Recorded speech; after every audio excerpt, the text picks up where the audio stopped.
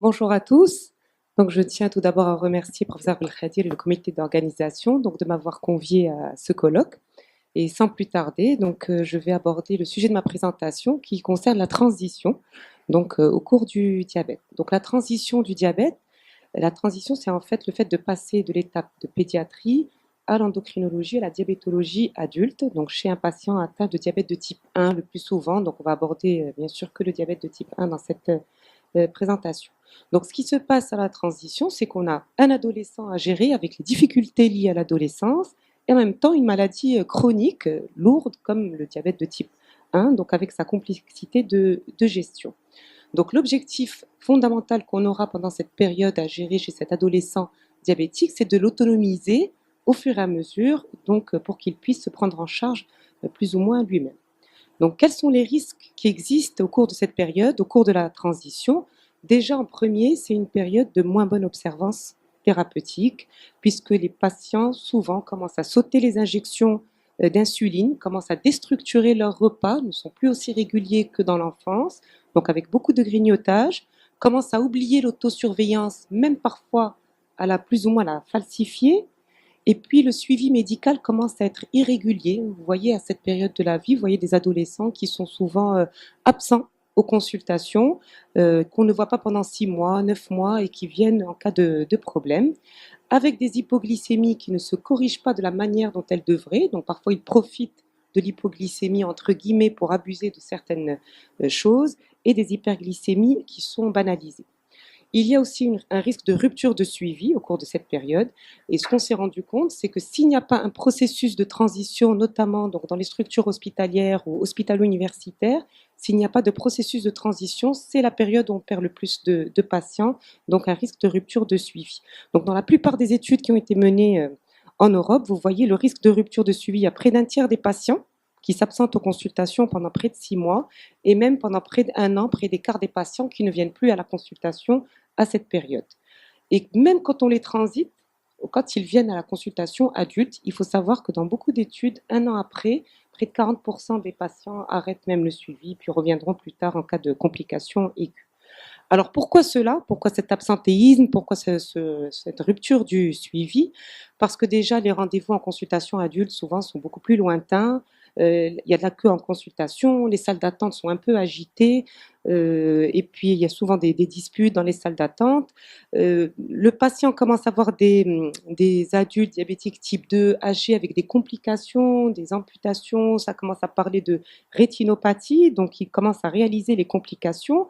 Il a un lien particulier avec le pédiatre, ça on le sait, donc c'est très difficile de se mettre devant un médecin adulte qui est souvent beaucoup plus médical, et donc le patient est un peu choqué, donc c'est un peu un choc, et donc du coup une absence de suivi.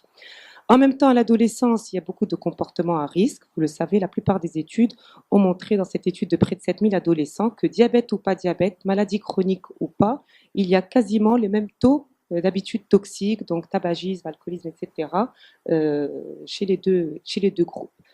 Les patients sont en plus très déséquilibrés à cette période. Je pense que vous avez tous eu à traiter donc des patients jeunes diabétiques type 1 ou grands jeunes adultes. C'est beaucoup plus difficile d'obtenir des HbA1c corrects. En Europe et puis même aux États-Unis, la plupart des HbA1c à cette période sont de 8-9%, et que ce soit avant ou après le transfert. Dans l'étude SEARCH, qui est une étude menée chez près de 3000 patients diabétiques type 1 adolescents, on s'est rendu compte qu'on atteint l'objectif d'HbA1c que chez le tiers des patients. Et même plus que ça, près de 17% des patients ont une hémoglobine glyquée au-dessus de 9,5. Donc ça rajoute dans le désespoir de ce patient qui a envie de passer de la pédiatrie à l'adulte, en même temps qui est déséquilibré, donc qui va fuir toute cette pathologie avec ce déséquilibre glycémique qui, vous le savez, est lié à plusieurs choses. Hormones de croissance en excès, beaucoup moins d'autosurveillance, pas de suivi régulier en consultation. Et puis en même temps, à cette période, beaucoup de complications aiguës et chroniques, puisque les parents commencent à superviser moins, l'adolescent veut se prendre en charge lui-même, puisqu'il y a ce saut d'injection, cette autosurveillance négligée, cette absence de suivi. Tout ça fait qu'on a de plus en plus de complications aiguës de cétose, acidocétose et d'hypoglycémie à cette période. Alors, il y a cette rupture du suivi, ce déséquilibre, ces complications, et pourtant, on aimerait bien avoir une transition qui se fait de manière fluide, surtout dans une période où il y a des complications chroniques qui peuvent commencer à apparaître. Et quels sont donc les obstacles à cette transition?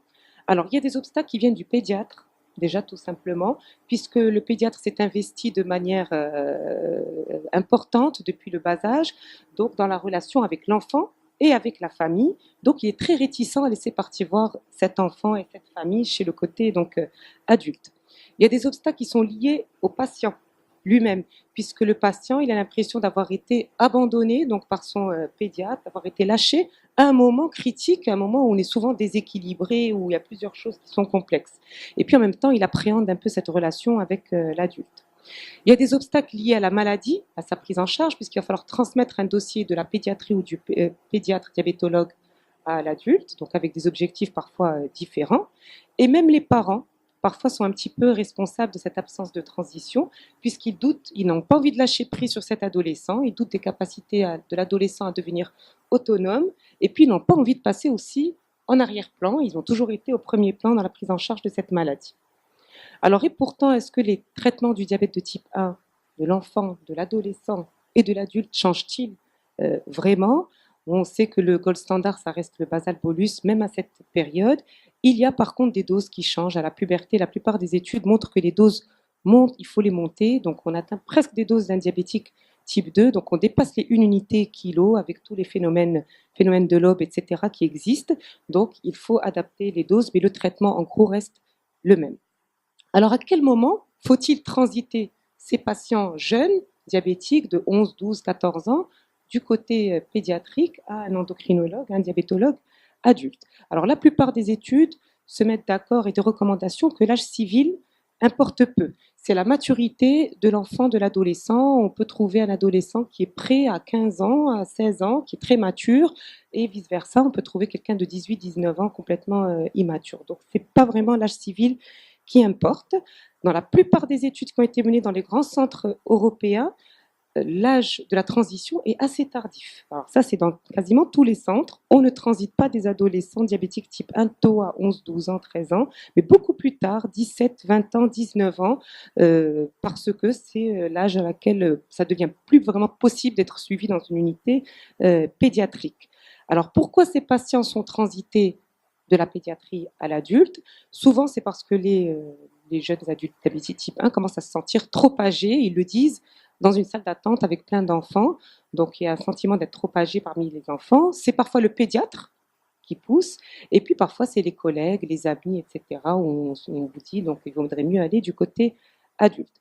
Alors, au Maroc, on avait fait déjà une petite étude rien que sur les patients qui ont été transités en 2014 pour voir qu'est-ce qui se passe, pour faire un état des lieux, pour voir où sont ces patients adolescents diabétiques type 1 qui étaient suivis au départ donc, en pédiatrie. Et l'âge moyen chez nous était plus ou moins de 17 ans. Ça rejoint à peu près ce qui est retrouvé dans la littérature.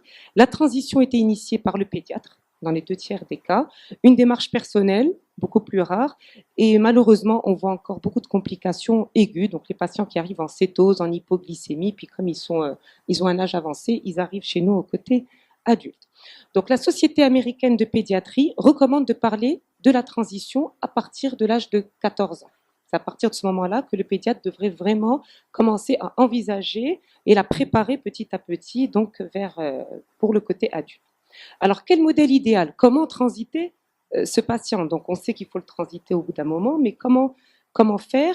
Il y a 3 grands modèles. Je ne vais pas trop détailler chacun des modèles, mais je vais donner rien que la chose la plus importante dans chacun des modèles. Le premier, c'est préparer. C'est s'accentuer sur la préparation d'un adolescent à la transition. Donc, on va le préparer par des workshops, par des ateliers, par des documents écrits ou Internet ou quoi. Et puis, à partir de là, on va essayer de le transiter. Donc, une étude a montré que justement, quand on fait ça, pardon, il y a quelque chose qui a sauté, quand on fait ça, il y a beaucoup moins de perdu de vue quand on essaye de préparer le patient. Donc, on a essayé ça chez nous. Personnellement, ça n'a pas trop marché de le préparer puis de l'adresser avec une lettre. Il y avait beaucoup de perdu de vue. Le deuxième modèle, c'est le centre d'adultes jeunes, c'est-à-dire une unité à part qui s'occupe que des jeunes diabétiques type 1. Je pense que ça existe ici à Rabat, si je ne me trompe pas. Il y a une étude qui a montré sur 229 patients diabétiques type 1 de comparer le modèle classique de lettre du pédiatre à l'endocrinologue adulte à ces centres d'adultes jeunes, qu'ils soient dans l'hôpital lui-même ou à part, c'est-à-dire dans la ville. Et on a plus de perdu de vue quand on fait la lettre ou quand on adresse en dehors de la structure donc, hospitalière. Il vaudrait mieux essayer de garder ça différemment.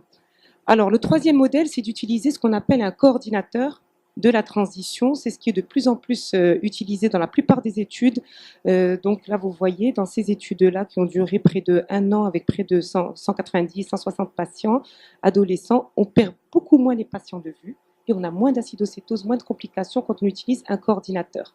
Donc un coordinateur, c'est une personne qui peut être donc le médecin, le résident, l'interne, l'infirmier, l'éducateur, qui va s'occuper de prendre un patient qui va être, entre guillemets, prêt pour la transition, selon le pédiatre, et s'occuper de le transférer, d'aller le voir et de le ramener, s'occuper aussi de tout ce qui est administratif, dossier, etc., au côté adulte.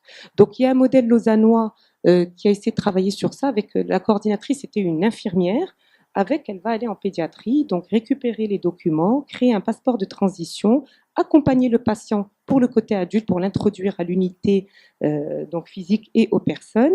Et sur cette étude, ils ont réussi en 1 an à transiter 64 patients et 1 an après, ils ont vu ils ont continué à être suivis régulièrement, comparément à avant où il y avait tellement de perdus de vue.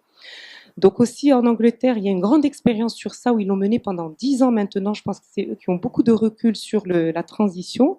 Ils ont commencé à faire la transition à l'âge de 14 ans avec un document qui a été produit par le NHS qui est le document Ready, Steady, Go, ça veut dire à vos marques prépartez, où à partir de là, c'est un questionnaire. À partir de là, le pédiatre va décider oui ou non s'il y a assez de bonnes réponses par l'enfant, oui ou non est-il prêt à partir au côté adulte, et après ils utilisent le coordinateur. Donc voilà, ça c'est le document, rien que pour vous montrer, avec plusieurs questions. Vous sentez-vous capable de gérer votre maladie vous-même? Faites-vous l'autosurveillance vous-même? Est-ce que vous demandez à votre père ou votre mère de vous aider, etc. pour voir le degré d'autonomie de cet adolescent pour le préparer. Donc, que disent les recommandations? Puisque ces dernières années, il y a eu beaucoup d'études quand même sur la transition, puis du coup, donc des recommandations sur l'evidence-based medicine. Donc, je les ai rien que résumées. Il faut bien sûr préparer. Ça, tout le monde se dit, on ne fait pas la transition de manière brutale. On prépare cet adolescent avec un document écrit ou un dossier médical. On discute activement avec le patient pour le préparer, le faire participer sur le moment où il voudrait être transité, et on vérifie après qu'il est suivi. Parce que souvent, comme je vous ai dit, les patients sont transités, mais après perdus de vue. Donc les recommandations de l'ISPAD et de l'IDF aussi sur la transition, pareil, c'est donner des informations, se faire aider des associations, à ce moment-là, parler de toutes les choses que l'adolescent dont il ne veut pas parler, comportement, donc sexualité, habitudes toxiques, etc. Et puis utiliser tous les moyens de communication qui sont d'actualité, comme Internet, WhatsApp, etc., où les adolescents sont beaucoup plus prêts. Alors, les dernières recommandations sont celles de l'année dernière du NICE sur la transition, où il parle de apporter un support de transition, donc un document, donc tout le monde s'accorde sur ça. Planifier la transition, encore une fois, c'est le même âge qui ressort. 14 ans maximum, il faut commencer à planifier. Se réunir une fois par an entre les deux médecins, ne serait-ce qu'une réunion, donc une discussion pour voir, nous c'est comme ça, en 2-3 ans, on a essayé de trouver tous les modèles, on a essayé la consultation conjointe, pédiatre et endocrinologue adulte. Ça n'a pas marché, ça marche une fois, puis à la fois d'après, il y a un des deux qui est absent. On a essayé de transférer avec un document, ça n'a pas marché. Donc c'est bien de prendre du recul, de s'autocritiquer et dire non, ça marche pas, les patients ne viennent pas. Et donc finalement, nous, ce qui marche le mieux maintenant, c'est la coordination de la transition. Donc impliquer l'enfant et lui demander bien sûr le degré d'implication aussi des parents. Donc ça aussi, on a appris avec le temps, une fois les parents sont là, une fois l'enfant ne veut pas que les parents assistent à la consultation, et petit à petit, pour qu'au fur et à mesure, vous voyez des jeunes adultes de 18, 19, 20 ans qui commencent à venir tout seuls, sans les parents, et le coordinateur va rester nécessaire pendant 6 mois. C'est-à-dire le coordinateur doit vérifier que cet enfant, cet adolescent, est venu 1-2 fois. Ça peut être même une secrétaire, ça peut être quelqu'un qui peut vous aider pour vérifier que ce patient continue son suivi. Alors, qu'est-ce que pensent les patients? Ils pensent que le diabétologue adulte exclut les parents trop rapidement, le responsabilise trop tôt, change tout et est trop médical. Ils pensent que le pédiatre diabétologues le transfèrent parfois trop tardivement, à 19, 20 ans, 21 ans, et de manière non préparée. Et là, il y a eu une étude qui a été menée qui montre comme quoi, comment va-t-on choisir le diabétologue adulte? C'est surtout sur le côté géographique, la proximité, les recommandations du pédiatre, les recommandations d'autres personnes. Et puis, ceux qui ont des expériences négatives, c'est quand justement ils n'ont pas été préparés ou qu'ils n'arrivaient pas à trouver un médecin. Donc voilà, là c'est l'expérience qu'on a eue. Donc ça c'est des groupes d'adultes jeunes. Donc je profite pour remercier toute l'équipe des résidentes qui sont là et qui s'occupent du diabète type 1 et de la transition, Dr Laïdi, Dr Aziri et Madame Chadi, Madame Jinen, qui a permis justement qu'on puisse commencer ce processus cette année. Pour l'instant, ça a l'air de marcher, donc on verra la suite de cette transition. Donc pour conclure, la phase de transition est souvent associée à un déséquilibre glycémique, ça s'est vu dans toutes les études, mauvaise compliance des adolescents à leur traitement, beaucoup de ruptures de suivi, des complications qui débutent. Très bien de faire de l'éducation thérapeutique à ce moment-là, continuer à demander le support parental, commencer à en parler à l'âge de 14 ans et attendre au moins 1 an pour que ce soit pas trop brutal. Ce n'est pas l'âge civil qui va importer, c'est la maturité de l'adolescent. Toujours le schéma basal bolus et l'insulinothérapie fonctionnelle à ce moment-là. Et là, souvent, on va discuter, on aura des pédiatres qui vont s'affilier à certains diabétologues adultes, où le diabétologue adulte ou le coordinateur devrait voir le patient avant. Donc le coordinateur est très important avec tous les documents de support qui peuvent aider. Et voilà, je vous remercie. Et puis j'encourage la rencontre entre les diabétologues pédiatres et adultes. Merci.